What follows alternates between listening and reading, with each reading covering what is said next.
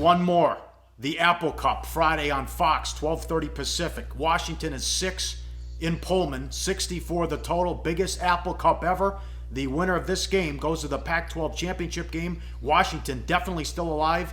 If they can win out and then get in the playoff, Mike Leach pulls the upset in the first Apple Cup. 31-28 is a 14-point dog in 2012. Then lost by 10 head-to-head against Peterson.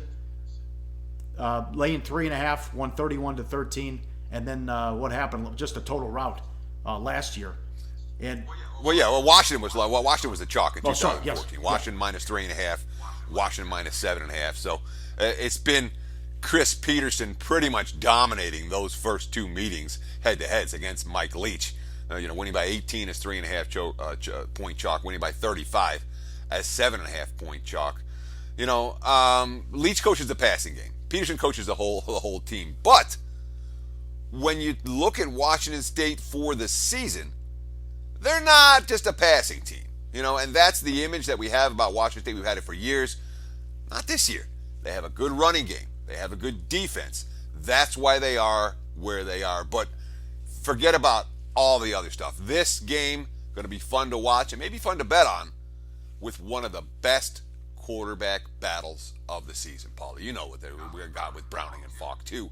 Dynamite QB. Look at these numbers. Browning, 2,800 yards, 37 touchdowns, 7 interceptions, passer rating of 180. Falk, 3,900 yards, 36 touchdowns, 7 interceptions, passer rating of 153. Not many regular season matchups head-to-head where the quarterbacks have 73 touchdown passes. Teddy, what do you think of the total? I'll tell you what. The total, at first glance, you're like, this is short, given the nature of these two QBs. And then you start to look at the defensive numbers. I mean, Washington State defense, Washington's defense has been dynamite all year.